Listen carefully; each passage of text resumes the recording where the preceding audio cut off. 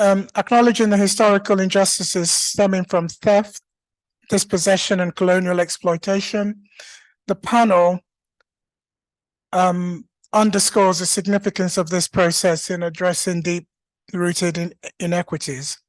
Through insightful discussions, expert speakers will shed some light on the historical narratives and controversies surrounding the ownership of these items, emphasizing the importance of restoring agency and dignity to the communities and individuals from whom they were taken. The panel will also delve into practical steps, legal frameworks, and international agreements aimed at facilitating these returns.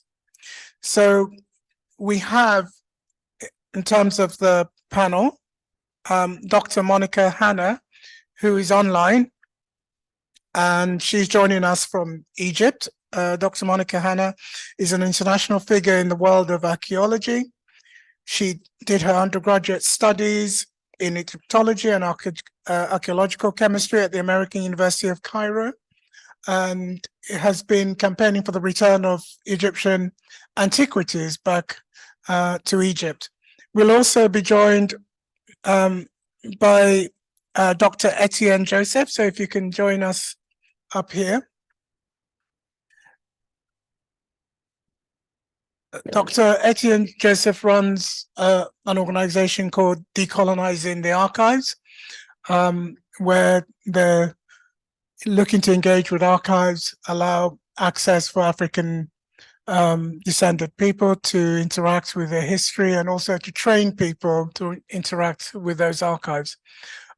We hope that we will be joined also virtually by Dan Hicks. As I said, he was there before, but he's been trying to gain access, but perhaps he will try again. I've just contacted him. And Dan Hicks is Professor of Contemporary Archaeology at the University of Oxford, and he's a curator at the Pitts Rivers Museum and a fellow of St. Cross College, Oxford. He's also the author of a book called The British Museums, which looks particularly at the sacking of Benin and the looting of the treasures. And the book provides a really comprehensive account of the moments before the sacking, the looting, and what has happened subsequently. So we thank all of those who are online joining us, and those also who are in the room who have come to this session. So without much further ado, each of our contributors will do a 7 to 10 minute initial commentary. I will ask some questions, and then we'll open it up to conversation. I will also, because I've been involved in this campaign for restitution through my organization Afford and the program we run called Return of the Icons. We were outside the British Museum earlier this week, and we've just published a report for the APPG as a co-secretariat for the APPG on the legal challenges and also the issues around auditing and cataloging of the items. I will also make some comments in the context of the work that we're doing. But Monica, since you're online, perhaps we can start with you making your initial 7 to 10 minutes presentation. So can you unmute Monica, or unmute yourself, and then thank you. You're welcome. Thank you very much for this invitation. I'm very happy to take part with African colleagues on this, and this is where I actually would like to start, that in a way Egyptian artifacts are always being seen as not African or non-African, because of course of this Eurocentric idea of Egypt. So when we speak about restitution of objects to Africa, many of the times Egypt is kept out of the equation. So I'm happy that this is actually being remediated on this panel and that we get a chance to speak about this. Well, I would first like to explain that we're working on the Rosetta Stone, and not just the Rosetta Stone, also the 16 other objects that were taken as a spoil of war. We address this issue through multiple tools that we have. We have started a website that is called repatriaterashid.org. And through this website, we're collecting signatures on people to push the Egyptian Prime Minister to officially ask, to officially request the restitution of the Rosetta Stone. But we're also putting all the different arguments on that website. So we have all the legal arguments. And of course, we start with the legal argument that according to the capitulation of Abu Qir in Alexandria, that the Rosetta Stone and the 16 other objects were ceded to the combined army. The combined army back then was composed of the British and the Ottomans. And that leaves the 16 objects in a very contested place. The British Museum does not have proof of ownership. And we've also checked the Turkish archive now in Istanbul, and there has been no ceding in the rights of the Ottomans to the British. So we know, of course, that the Rosetta Stone and the 16 other objects were first discovered by the French. We address, of course, all the atrocities that Napoleon did, because unfortunately, in the Western scholarly narrative, Napoleon's campaign on Egypt is seen as this Enlightenment campaign that came to write the book of the Description de l'Egypte and to enlighten the Egyptians about their past. And it even goes that far that it says that without the French efforts, the Egyptians today would not know about their past. So we try also to provide a different narrative about how many Egyptians were killed on the way just from Alexandria to Cairo by the French campaign, that the French Napoleon wanted this for his personal glory. He thought of himself as the grandson of Alexander the Great coming to conquer the Orient. So we also not just pick the legal fight, but we also write a new historical critical narrative of how things actually happened from the different sources that we have. And to also show that this was not like doing clean archaeology, or they found many Egyptians were murdered by the French in Egypt. And of course, the 17 objects that ended in the British Museum were not taken out of an auction. They were taken as a spoil of war after the French lost the battle of Abu Qir to the British. Of course, the British Museum has been giving everyone the cold shoulder. They refuse to negotiate. They refuse to discuss. And of course, after the recent scandals of looting, their argument that, of course, the British Museum is safer than anywhere else in Egypt are falling apart. And Egypt has, there is a movement now, a very strong movement in Egypt of wanting precisely the Rosetta Stone to be restituted back to Rashid. And they're working on a 5-year plan for a heritage management of the city, of the beautiful Ottoman city of Rashid, where the stone would also not just be a symbol of breaking Western cultural hegemony of our past, but it would also be a catalyst in economic planning and reparations for this city, that this object has been taken of it. But the 16 objects also have this beautiful sarcophagus of Nectanebo that was taken from a mosque of Al-Attarin in Alexandria, which is called Al-Hud al-Marsud. This is a beautiful sarcophagus that had also a purpose in the life of people who still visit. It was no longer used as a sarcophagus. There was an ablution, a part of the ablution fountain, which shows also how in Egypt, one culture gives the other. And there is this cultural continuity of reuse and valorizing such objects in the daily life of the Egyptians.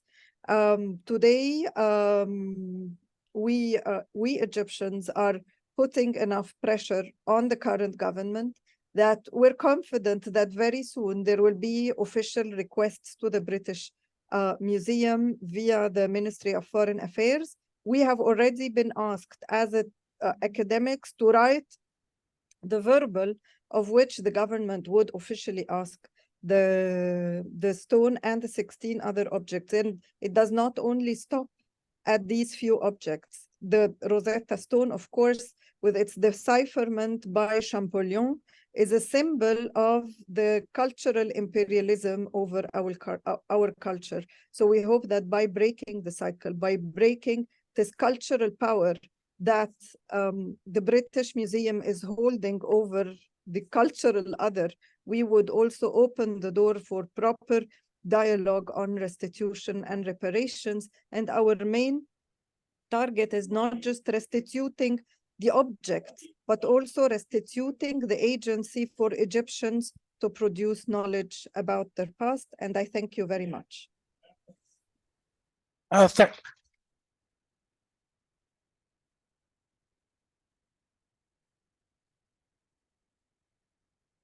Thank you, Hanna. Can you tell us a little bit about the campaign that you've got going on around the Shabaka stone, sorry, the Rosetta Stone, and just inform us a little bit about that. And please raise your voice because we're finding it very difficult hearing you.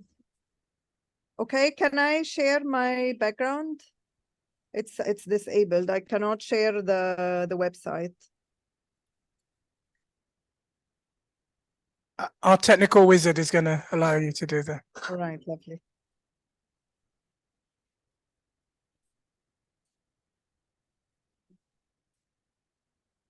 Well, until that works, what we do is we do online. You've been given co-hosting all right. facilities, so you should be able to share it.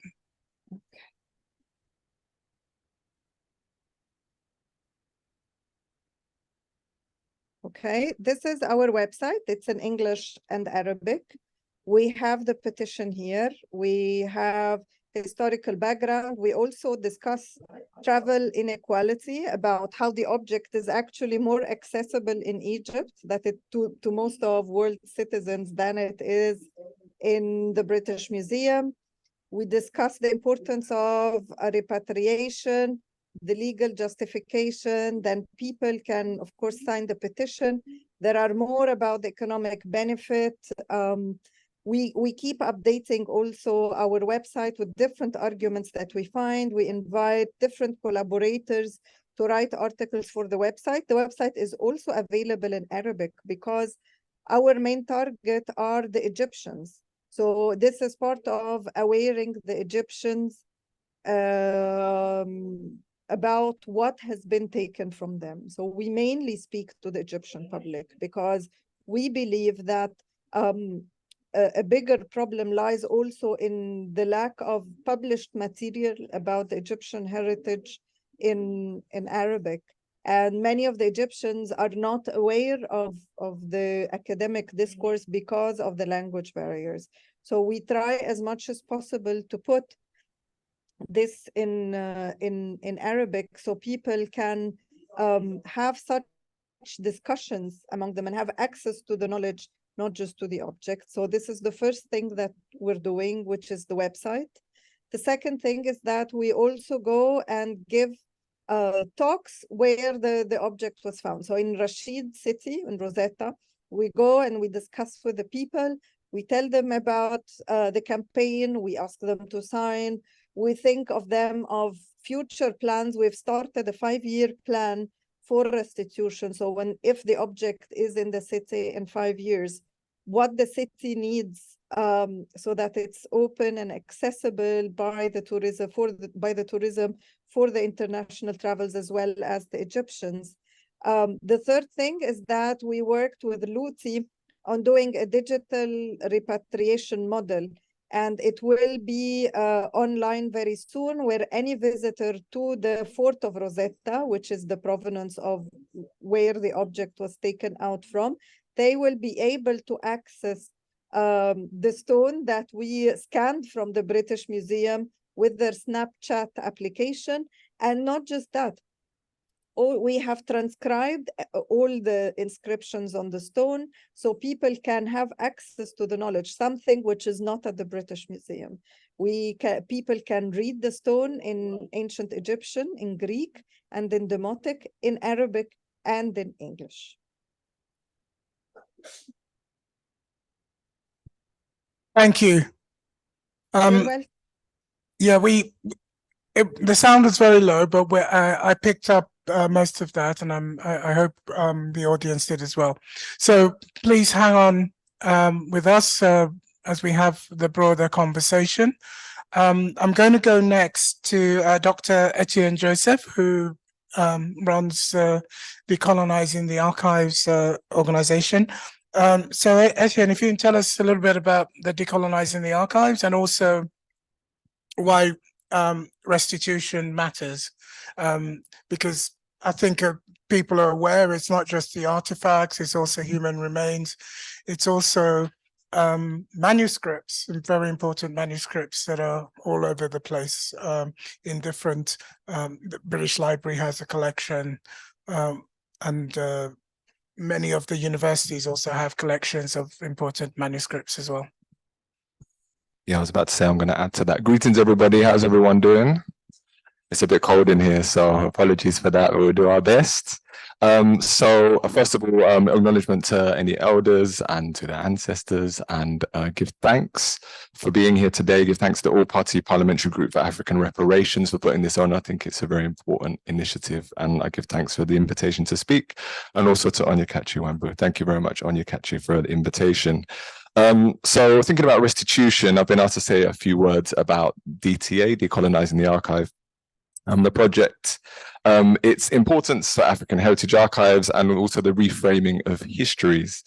And I should probably start by saying my work really is in archives. I'm definitely not a museum restitutions expert, but I do believe that there's some of the work that we do has there's some direct connections that I'd like to draw out, and some specific points I'd like to make today. So, I mean, first of all, I should just say that I like probably most of us in here, the restitution of stolen cultural artifacts and human remains is a must, and I think it's very obvious. I can't believe how long the conversation's actually been going on, because we're talking to Onyekachi previously just about these sort of there's like waves of activity and then nothing, well, not nothing, but then these sort of lulls, and those lulls can be sometimes decades. The first report I saw, and I know can probably go back further, was from the late 70s, I think. I know you can go back further than that, and we're still talking about it today, which is interesting. But I do believe that we're moving very close to the time when we'll be talking about, in fact, some of the things I'm going to touch on today, not just about restitution itself, but what that means beyond the objects being returned. So I think it really is important today that I base my contribution on my specific area of experience, and for the past decade has really been mostly about working with archives, and particularly African heritage archival practice. So Onyekachi mentioned we do quite a lot of work within the African heritage community in the UK and across the continent, and also is it Adwala, the Americas, relating to archives. And so I co-founded DTA with Connie Bell, and I want to give a shout out to Connie. I know she's hiding. Connie Bell, let's raise your hand so people can see. And I think it's very important that happens, because actually there's some amazing work that Connie has been spearheading and driving, and I think it's important that we acknowledge that. That was over a decade ago, really after training to become an archivist and realizing the need for a specifically African-centered approach to the identification, the preservation, and the sharing of African heritage archives. So over the years, we've engaged with a range of Pan-African collaborative projects with archives that are really at the center. And this includes capacity building of archival projects and repositories in the UK and on the continent. So in particular for this session, I've really been reflecting on recent work we've been doing during the past couple of years, delivering an entry-level short course for training of African heritage community archivists in the UK. And the course really explores the fundamental concepts upon which African heritage archival practice should be based, and the identification and documentation of our heritage alongside sort of practical, grounded community heritage work. And the first point I'd like to make today that relates to kind of restitution is that when we speak about restitution, I think it's important we don't understand the process purely as a sort of transactional return of objects from here or from France or from one of the former colonial powers to their communities of origin. So our work's really taught us that any form of community engagement with heritage collections is never really a simple matter of facilitating access. There's always a process of working together with people at a grassroots level, and Sister Esther talked powerfully about that. I think the importance of working at all levels, including the grassroots level, to create an appropriate context for the reconnection with this heritage to occur. So it means assessing fundamental concepts upon which museums and, in my case, archives are based. Understanding that some of the ideologies underpinning these spaces are for the most part imperial in nature. So it means going through a process of imagining and, importantly, realizing appropriate institutions, processes, and procedures that are able to hold and be shaped by the communities in question. So it means understanding dynamics and the hierarchies present within these communities and working hard not to replicate inequities of access that are common to us as Africans living in the UK. And some of us in this room, I'm sure, can speak on that. So because of the cultural erosions and the silences imposed on us by colonialism and what has replaced it afterwards, all of this requires that we revisit and recenter pre-colonial cosmologies and our present-day liberties, and to really deeply question the purpose and value of these institutions labeled museum or archive in African heritage contexts. So what do such institutions really mean to us? How do they really intersect with the many other dynamic memory institutions we've created and sustained, sometimes for centuries before the idea of a museum even existed? So are we to ignore the resonances of trauma and crimes against our humanity bound up in the fabric of the museum and of the archive? And coming out of all that, what do we think are the components of the institutions that we need to create to replace them? There are many other conceptual and practical issues related to restitution, and I'm sure we'll talk about them here, because as I said, I'm not a legal expert or a restitutions expert. But this issue of the reframing of our history and how we work with it is a key one for me. What use is it to regain what is ours, only to house it within an ideological framework which is not? So our archives and our artifacts are crucial for many reasons. They nourish and support our sense of identity. They remind us of our achievements and sometimes our failings, and they are an important element of the process of Sankofa, of remembering what has come before and selecting the best of that to take into the future. So I'd also like to touch on one final point today, which I believe is of specific importance to restitution, and I'm not sure why, but is not often connected with it. So much of the work and the headlines related to the concept of restitution have really focused around the museum and the idea of artifacts being returned and human remains being returned, which they absolutely should be. But there's an issue of migrated archives and displaced archives, which should also feature just as prominently in our collective work going forward. And Onyekachi mentioned that in terms of the manuscripts that are held in various institutions in the UK and elsewhere. So again, my work has basically mostly been around training and capacity building and thinking about African heritage archives. But during the course of that, I've been brought face to face with the issue of migrated archives, and I believe it's a very important one. So when I say migrated or displaced archive, we're talking about collections of historical documents created by the political and commercial vehicles of imperial powers, or sometimes individuals that are operating on behalf of those powers. And that have been migrated to imperial centers during the process of so-called decolonization, which we usually think about as the period between the 50s and the early 80s. The most well-known collection of these documents, which I'm sure many of you will have heard of in relation to the case that was brought against the British government around the occupation of Kenya and the struggle and the torture of Kenyans fighting for independence during the 50s.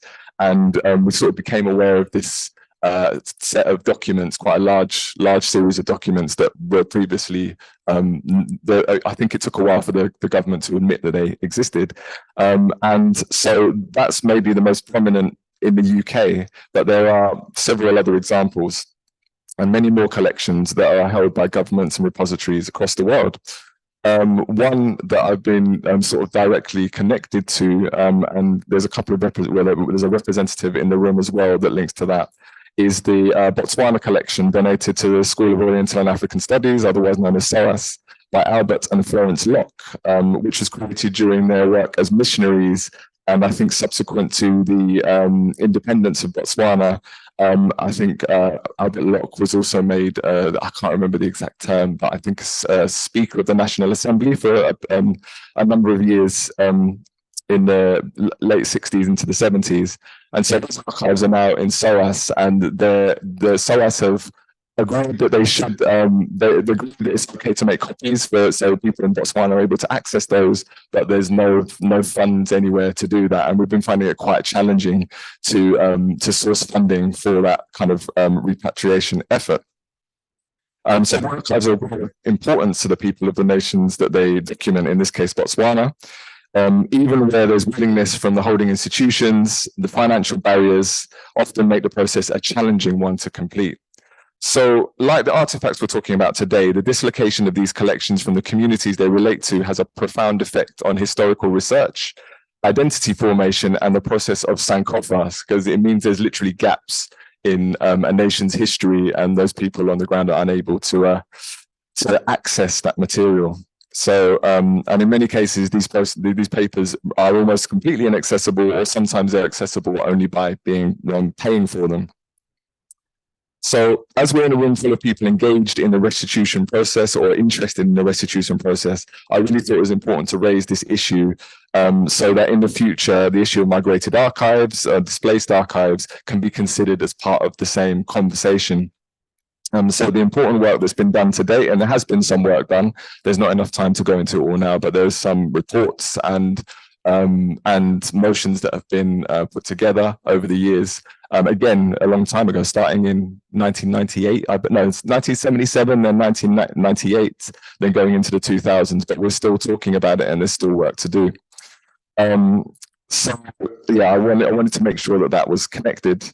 And lastly, I think directly related to the work that we do as Decolonizing the Archive, the fact that there's more consciousness around the creation of archive and the importance of heritage within African heritage communities, then how do we then, going back to what I was saying about institutions and sort of imagining and reimagining institutions, what are the kind of institutions that we need to create and the kind of practices that we need to create?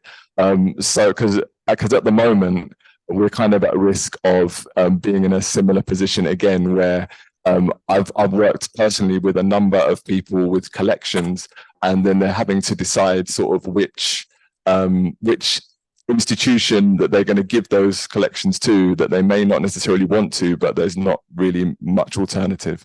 So in terms of thinking about our own collections, what do we need to put in place to make sure that we don't have another displaced archives, displaced collections situation in the future?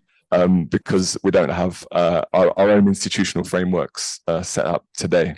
So I think I'm going to pause there. Thank you very much.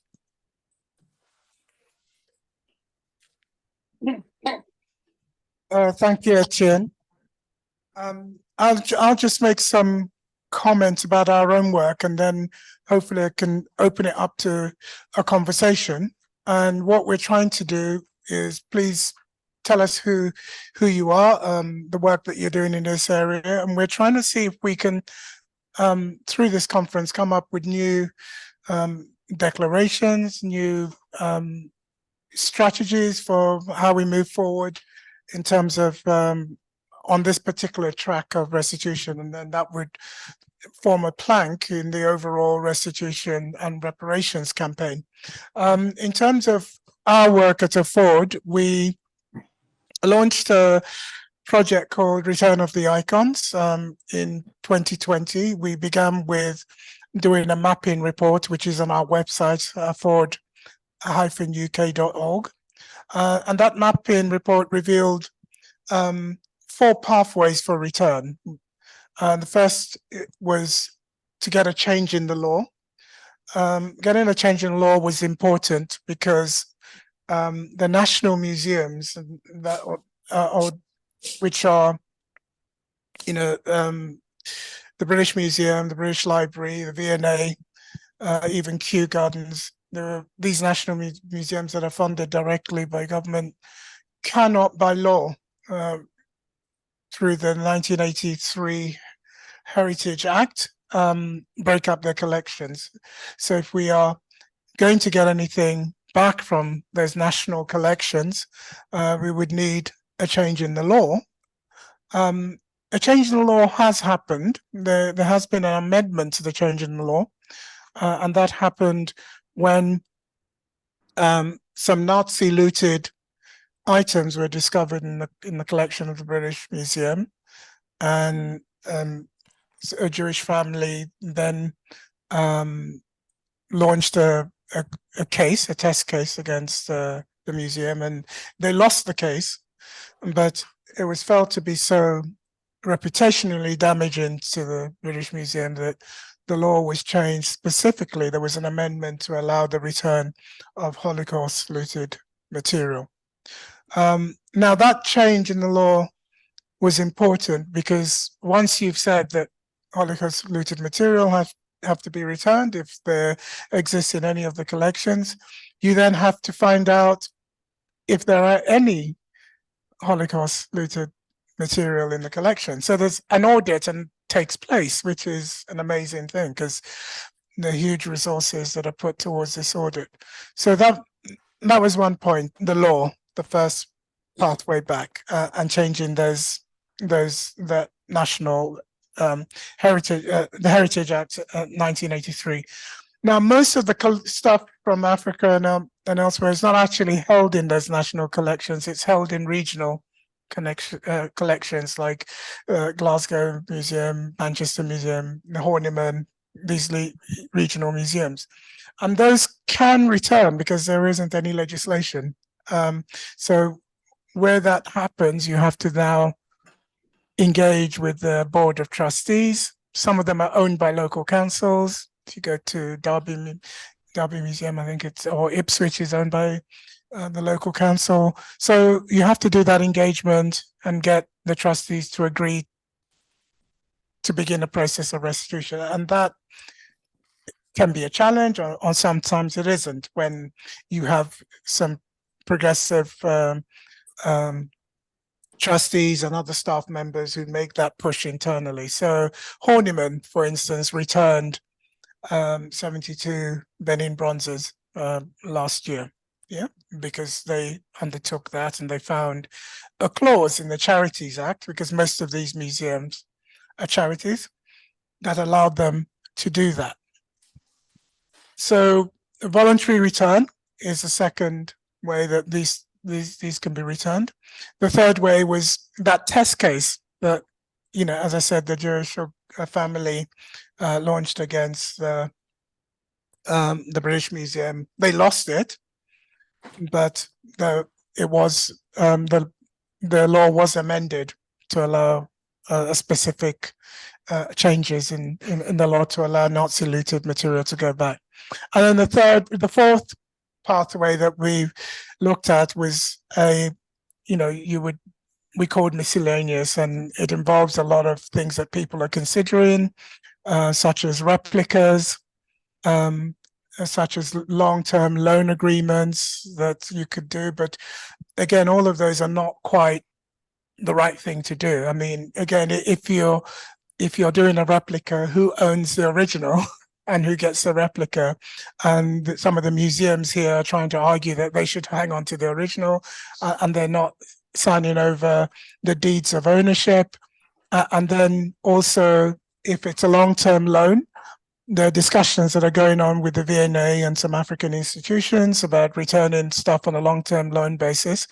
But then they say, you need to admit that we own it, because it's the only way that the insurance company will insure it for the long-term loan. And once you admit that they own it, so at the moment is probably better not to enter into those kinds of arrangements.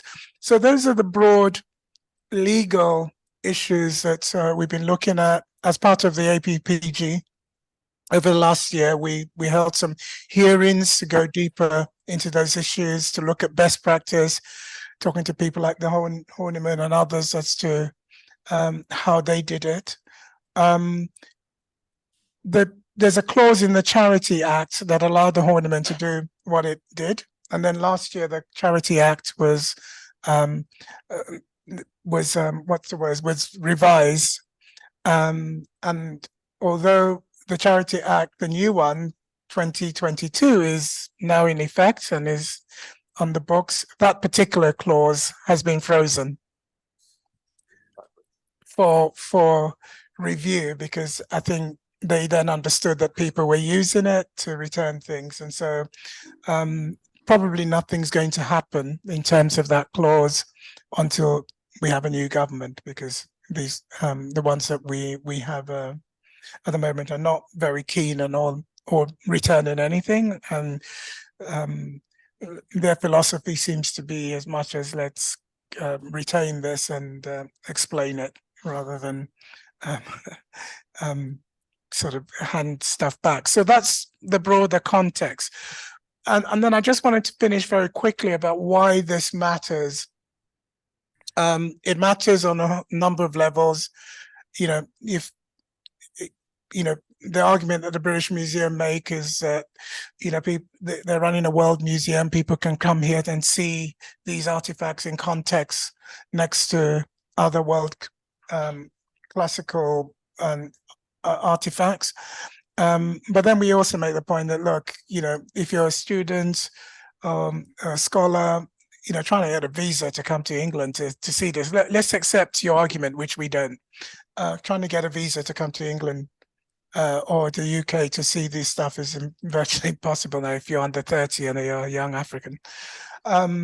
So that one we don't believe. And then they say we look after this stuff, and and then we find out over the last month that they've been busily, or a worker there's been busily flogging off all the classical stuff on eBay. So that doesn't hold water either. But for the countries of heritage, or where this stuff belongs, these are important parts of your history and allow you to tell your own history. And I'll give you a very powerful example of how that works. The Ghanaians over the last 40 years have been trying to build a tourism industry. And initially they targeted that tourism industry at white Europeans to come in.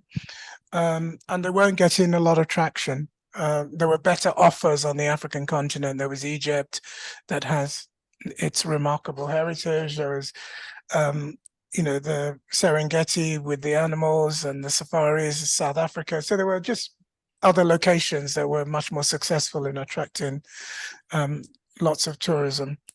What they then did in 2019 was to target the tourism offer Africans in the diaspora. So they had a year of return in 2019, and they expected 300 to 400. It was a kind of really ambitious target for people coming in. And they actually got 1.5 million come in. So it was a huge success. Overnight, they had established a heritage tourism industry, which is now being replicated and duplicated all along the coast of Africa, in lots of the other countries.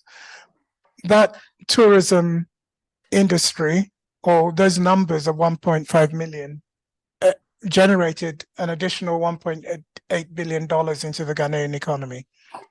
So which was only after gold and cocoa, in terms of what Ghana was earning from foreign exchange. So this is a massive economical intervention in the Ghanaian economy.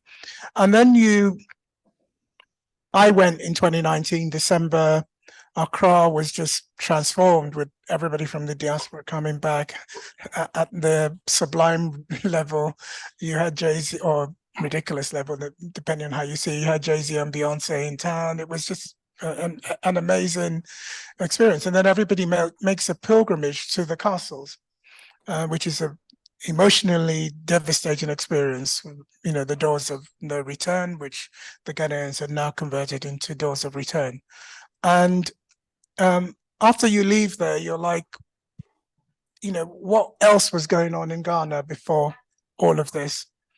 And you go to the local museum and there's nothing in there because it's all here as a result of the punitive expeditions and all the other thefts. So if Ghana is going to understand itself, or people from the diaspora are going to understand Ghana, this stuff needs to be back in situ just for that psychological and historical purpose. And then secondly, if Ghana is going to build an important heritage museum, these artifacts have to form the centerpiece for that to happen. And we know how important it is for business. Most people who come to London on holiday or for a weekend come for 4 or 5 reasons. They come for the museums, they come for the restaurants, they come to take in a show, and then they come to see the sights, Buckingham Palace. So we know that this is important if you're looking at building heritage offers to people from the diaspora as the Ghanaians approve. So I'm going to stop there and to see whether there are any questions. We can take questions as well from those who are online. We don't have a lot of time, so please say who you are, keep your questions short if it's a question, and then you know, make your point quickly. We'll go to you first, and then you, and then we'll go to people online. Thank you. I'll walk around, don't worry. You sit. Greetings, everyone. My name is Oleander. I don't have any sort of working relationship with this, just an interested African. And as far as I'm concerned, teeth them teeth with things, right? So under any kind of country, I'm sure if you steal something, it's stolen property. So I don't understand why some museums accept that and some museums are trying to hide behind all kinds of rubbish. I've heard things like, oh, but the object has been with us. We know how to look after it. If you get it back, you might destroy it. What a load of rubbish, because who built it who made it in the first place? We had it for centuries. So that it's not really a question. It's just a statement, and I'm just vexed. So. Thank you. We're looking for actions here as well. So if you have those, please mention. I mean, one of the things that we're campaigning on quite a lot now is on just the bodies that are on display in the British Museum. So we want a letter writing campaign to them to stop displaying, you know, bodies or human remains. Thank you so much, and thank you for each one that speak. My name is Paula, and I'm from Colombia. I have been researching the Africans in Colombia for more than 20 years, and I work on the perspective of African history. And adding to what Onyekachi was saying, and also Etienne, I think that something that it's always in my mind and in my work is that Africa has still not access to the documentation of the slave trade. So there's still this discourse that the Europeans were the ones that, that the Africans were the ones that may be guilty of this crime because they sold human beings. But if we consider that, for instance, they didn't have a chance to construct their own archives, and there's not a possibility of reconstructing their own history of the slave trade. There's not a possibility of reparation because, as Professor Nehusi said earlier, the damage is not being acknowledged yet. So besides the restitution of objects, for instance, in Accra and all these places, that I believe that the access to this documentation is very important. And I would like to end with this, with the digital humanities, because the digital humanities are putting all online, but there is still not accessibility in Africa to this kind of documents and resources to be researched. And still the British Library is gathering all. So when we think on restitution, they are digitizing all this documentation, and the documentation is being held again by the British Library, and the British Library has now the imperialism over all these documentations that they hold online. So how does restitution come on this? Thank you. There's a lot of hands going up. We're going to go online. We got a couple of people, so we'll take two online, then we'll come back. So if we can go to Ken Andrews and then to Melina. Yeah, thank you. And thank you for the enlightenment. I'm not directly engaged in restoration at the moment, but I do appreciate the principle and I support it. But I have two questions. One is that where it's going to go back to its originality is what is the work that is being done to preserve it, to make sure that it is protected? Because it hurts me that right now that there is so many histories that is just being bombed out of our existence and various things. Also, I believe that there should be equally a sort of plan to have those artifacts replicated in some ways or form, because they have to be preserved in one way or the other. So that's my take on this. Thank you, Ken. Melina? Hi, everyone. I'm the founder of Nostos Strategies, which is a consultancy supporting countries of origin to effect the return of their cultural heritage. So a question to the speakers and perhaps to Dr. Kwame Opoku as well. And I think related to Ken's question. So what role, if any, do institutions have in ensuring that artifacts are returned and repatriated and managed in a sustainable manner once they return to the countries of origin, and particularly regarding preservation and capacity building, such as building a heritage museum, as was mentioned, and in the broader context of restitution and reparations. So how can they ensure that it's returned in a sustainable manner? Thank you.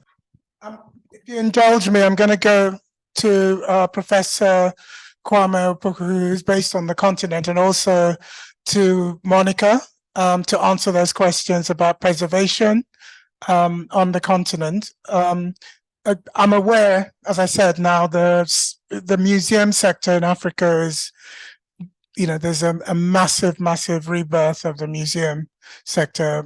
Countries, Benin's Republic is building 4 museums around various themes. So these issues of preservation and protection, people are responding to on the continent, but it would be great if Monica and Professor Kwame could respond.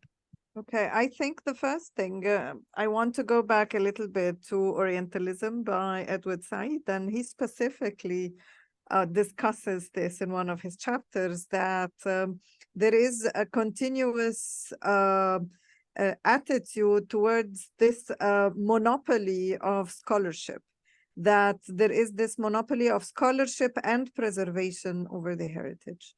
And I don't think it has to do with our African capability of building museums and training personnel, because I have traveled through Africa and through the Arab world, and these are quite available by very well-trained people.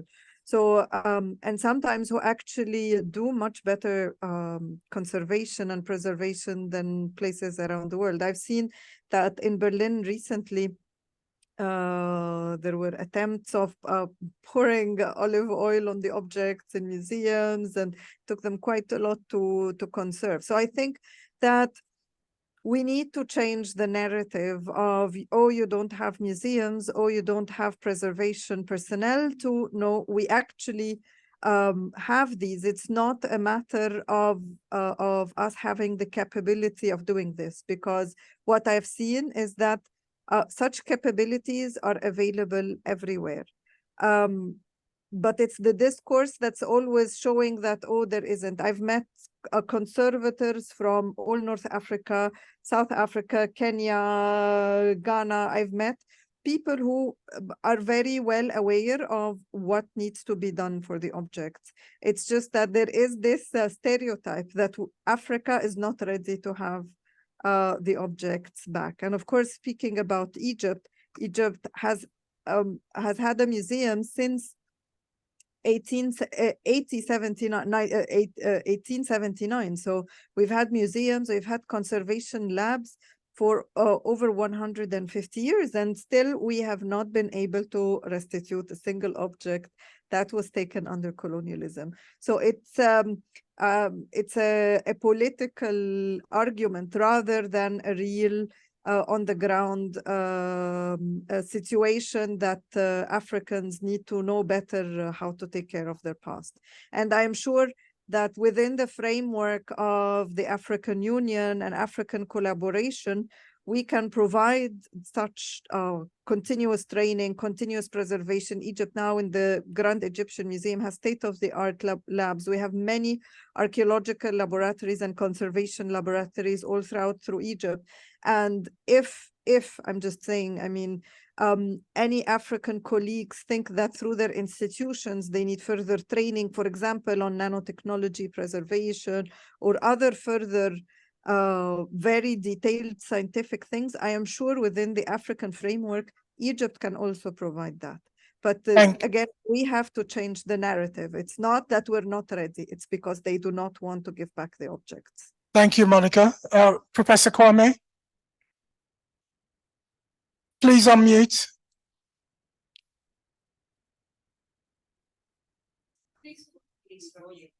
You need to unmute, Professor Kwame. Can you hear me now? Yes, yes, we can. Okay. Thank you very much for inviting me to participate in this your very important conference. I have so much about restitution, so much I can say. I could keep you all there for another year, but I will try to be very brief. I have my interest in restitution dates as far back as 1960. When I went to study in the University of London, but my active participation in writings about this problem date back to 2007 or so, 2005 to be exact. Why 2005? 2005, there was a very important conference in Vienna, where I am now, where I've been for 42 years. An important conference on Benin artifacts.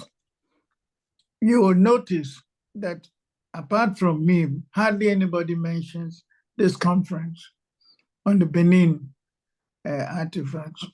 And the reason seems to me to be obvious, because at that conference it became very clear that the Western countries are determined to hold on to the Benin artifacts. For the Benin delegation to the conference stated that if the Western museums that are represented at the conference would return each of them one Benin artifact, they would be very pleased. The Benin delegation would be very pleased.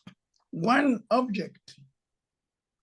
But the Western museums made it quite clear that they are not even prepared to return one object. And that is the reason why you don't hear of this conference, because all that is being said afterwards is an elaboration of the determination of the Western museums not to return anything. I spent a year after this conference arguing with Neil McGregor, Who used to be at the British Museum. British Museum, James Kuno, who used to be at the Chicago, the Institute of Art at Chicago, and Philip Montebello at the Metropolitan. I spent all my time on them. It became clear to me they had no good argument about withholding the Benin objects, so that many of the arguments which are now being presented or have been presented clearly have no basis. You should look at my writings and you discover that all of them have been worked out in detail. You might even think ad nauseum, because every aspect was dealt with. Now, what I think, Prof, we wanted to take some more questions in the room, but Okay. thank you I for shall- that I contribution. shall not keep you there. Okay. Okay, But next time, you should thank you. invite And me. I'll make sure I'll raise the issue about your name, and people can also find Prof's writings. Ghana. In terms of what actions that people in the room who are interested can take, we please support Monica's work around returning the Rosetta Stone. That is an active campaign that is going on. Again, hopefully we will share links to that campaign. We are also really campaigning. We've just published with the APPG a report on the legal framework and also on provenance issues. That report is on the Afford website. It should be on the APPG website, but I don't know whether they put it on, given the amount of work we've had to do this week. But it's on the Afford website, and we heard from a load of experts on what the issues are. And one big issue has come out, which is about just cataloging what is in those collections. Like 80% of what is in the collections is, or 90% is not on display. British Museum has about 8 million items, and only a fraction is on display. And then in the basement, they don't know what they have. So you can't even make a restitution claim if they don't know what they have. So we need to, and then the reason this guy was able to sell the material on eBay was because they didn't know what they had. So it's important for us to now make sure that we write about the bodies and also about the cataloging. I'll go to you. We're just going to take 3 questions. To please make them brief because we're up against the time. To you, and then the gentleman at the back. Sorry. So we go to you first. I'll give you this so they can hear you online. Right. So my name's Shabaka. I'm with the Pan-African Reparations Youth Forum. And the question I had was that there is, as you were saying, it is shocking how long this has taken. And there is a bit of an intergenerational lull, I would say, in our methodology, our how we approach this issue. Is there any advice that you would give to us as the younger generation as to how we can actually see our cultural artifacts returned to the motherland? Because we live in a so-called post-colonial era, and they're still holding on to the things that we created and are for our emancipation. So are there actual next steps or action plans for us to actually achieve stuff rather than just in the air, just calling to the wind without establishing anything? Thank you. Strategies and action plans. Good afternoon, everyone. Denise Lydia, National Windrush Museum. I think it's a comment and a suggestion. I think there's a body of work that needs to be done in terms of breaking the concept of repatriation. Simply, the publics don't necessarily understand the layers of significance in terms of social, spiritual, and economic. And that results in not having traction and supporting the campaigns because people simply don't understand the real value of these assets because they are assets.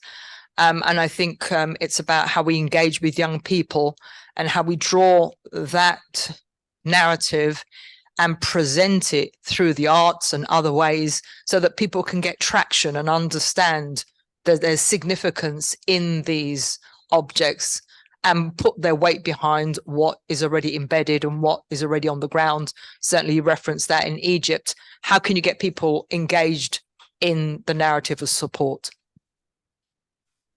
Thank you.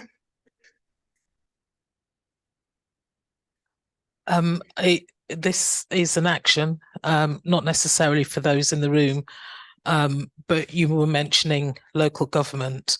And I do think that there are a couple of things here, one for Etienne to take away, and that's how local government in London in particular.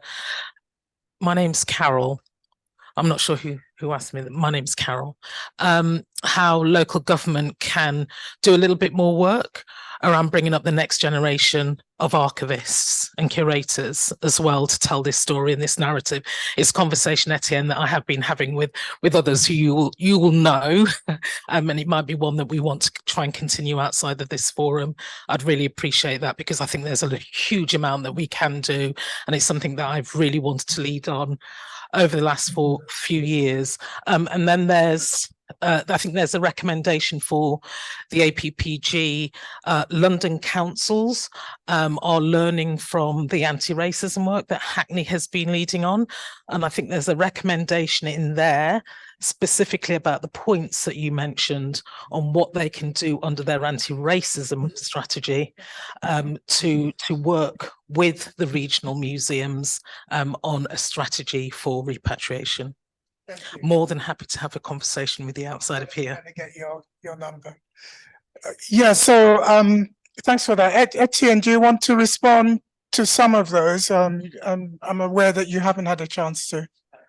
Hey, that's a lot to respond to. Thanks, Onyekachi. There are a few responses. In terms of Shabaka and the intergenerational law, it's interesting because there seems to be something around history and campaigns that just doesn't connect. So what the sister was saying about thinking about how it's promoted, and I don't want to say packaged, that sounds very commercial, but do you know what I mean? Like how it's put forward, because I'm involved in a couple of other campaigns related to sort of renaming in this country of so-called contested sites. I wouldn't call it contested, but basically names of people involved in enslaving our ancestors and renaming those. And they can be quite a challenge to organize around. I'm just practically on the ground, and particularly it tends to be the older generation that seems to be pushing that. And you notice that there's not many younger people there, and there's obviously a reason why, but I don't think it's because of lack of energy or lack of interest, but there's a disconnect, and I think it's something to do with how we think about those issues. So that's basically just echoing what the sister said. Really, is that I think that whole thing's important, and it does go into what Carol said over there around training and engaging people with these kind of ideas. And I suppose one of the things we do is a training course which younger people have been attending and seem to be excited by, which is why I know there is an excitement there, but I think there's much more work to do. So it's maybe about building that capacity and on the ground, not necessarily, because our course isn't necessarily about getting people into jobs at the British Museum or British Library. It's about really thinking about it from our perspective and a more grassroots perspective, and then sort of building from the ground up rather than the other way. So there is that. Oh, wow. In terms of the cataloguing piece, there's an element of having to embarrass these institutions, I think, publicly into doing it, because money's coming in all the time for different projects, and there's funds for this and funds for that, and they're assigned to whatever they're assigned to, but clearly they're not being assigned to cataloguing. But maybe that's because cataloguing itself is such a kind of hidden process. There's not something people are even really thinking about. And so maybe there's something around making people more conscious of that, and a little bit of public encouragement for that kind of work to be done. And I think those sort of like those high profile cases like the thefts that kind of enable that conversation to happen. So there's something there around that. What else have I got on here? You know what? There's something that was maybe a little bit uncomfortable. You're talking about, Onyekachi was talking about the tourism industry and the kind of economies around that. And while I understand that, I'm not saying that that's not something we should look into. Going back to what Sister Esther said in the plenary session around. So I'm thinking about my experience of going to Cape Coast Castle, and how for me that kind of returning experience, that's like a libations, rituals, meditation sort of scenario, but it wasn't that. It was a tour, and there was a cost. And I think we've got to be really mindful of that. And I think that's kind of what I was trying to speak to in my kind of contribution at the beginning, about thinking about the purpose of museums and cultural sites like that, and starting with the kind of the spirit and the humanity of it. And then, you know, there's elements of it, maybe there's economy there, because we've seen that, you said it's proven, but I'd be uncomfortable by starting there. That makes sense. Because I think in some of these artifacts, you know, there's so spiritual connotations. And so I think it's important not to forget that. I think, yeah, I've got other notes, but I think, oh, and this is important as well. What role does the wider, in terms of the wider reparations movement, thinking about capacity building? I can't remember who gave the question online. I mean, you know, I think we've kind of agreed that reparations is many things, including money. So if we're talking about money, then that money should, or some of that should be directed towards cultural capacity building. But I think it's also important that it doesn't happen in a kind of paternal way where it's like, well, this is what we do and this is how you do what we do. I think it's much more important we start from a perspective of, okay, this is what we think we need, and some of your techniques might be useful, but let's not just import that all wholesale. So there's some reflections from me. Thank you. Thanks so much.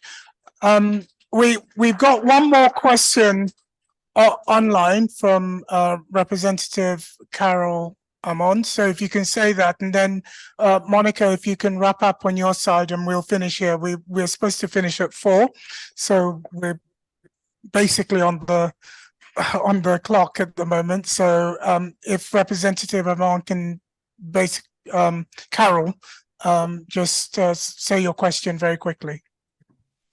Thank you. My name is Representative Carol Ammons. I'm from Illinois, just south of Chicago. We are having the conversations. I'm the joint chair of the Illinois Legislative Black Caucus. We are having a conversation about repatriation and restoration, but from the perspective of the diasporans in Illinois who were enslaved here as a result of the Benin bronzes and those metals. We're trying to figure out what should happen to the Benin bronzes. I'm a legislator, so we're taking up this question.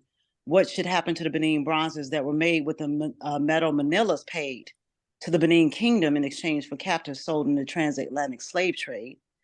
And we want to, and I'm working on a resolution right now, to request co-ownership of those that are in the Field Museum in Chicago, Illinois. And so I wanted to put that on the table and hear a response from you all. And thank you for convening this. I was not aware until today. Well, thank you for attending. Monica, do you want to begin your wrap up, and then I'll wrap up and offer Etienne here for us to wrap up. But I think it's been a really engaging hour of conversation. I think that to take action alone, each country in Africa alone will not get us anywhere. And I think the way forward, as a question that has passed about how the younger generations can move together, is by taking joint efforts together. The same also would happen in Germany, the same would happen in many different places.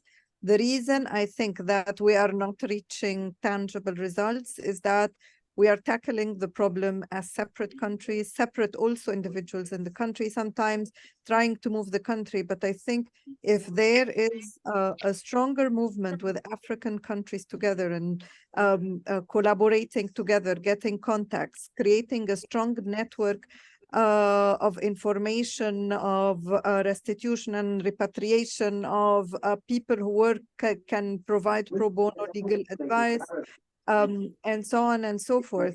I think if we act all together, we're more likely to succeed and succeed fast. Thank you very much. Thank you for joining us from Cairo, and thank you everybody else online for joining us. Etienne, do you want to wrap up? I'm going to leave it for you to wrap up. I haven't really got too much more to say other than probably to repeat what I said about, I think it's really important that we don't forget the spirit and the humanity and use that as the basis for our actions, and not think purely in terms of materialism and transactional things. So everything else has already been said, but I think that's an important point to hold on. Thank you. Just in terms of wrapping up, the this issue of preservation is very important to us at Afford and protection. So we've set up a diaspora preservation and protection network where we hope to bring in scholars and other experts from the diaspora to work with institutions on the continent and across the diaspora as well. There's, you talked about the idea of sacred spaces around the castles. The museums in Barbados are now having to look at what it means to have a sacred space where some of the uprisings took place, and people are going there, and they're really working very hard to conceptualize how do you have a sacred space around the violated African body. This is a really important thing that is happening. And through the DPPN, we're trying to see if we can get those conversations between the diaspora and the castle to work out a way that you handle the experience at the castle and handle this idea of the sacredness of the Black African body.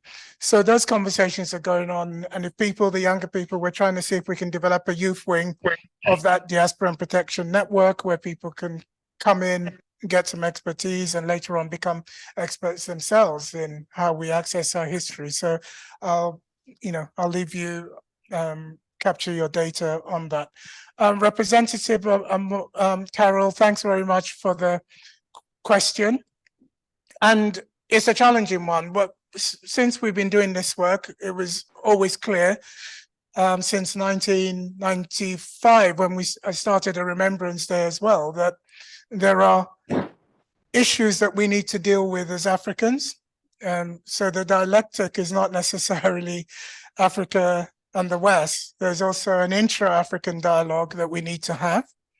And Carol, I don't know whether it was your group, but I know that there were some African-American groups that wrote letters to the Charity Commission that some of the items from the Horniman Museum and also from the Pitts Rivers Museum should not be returned to Nigeria, but they should be, as Carol said, kept here in trust because those items were produced in the context of exploitative relationships in Africa.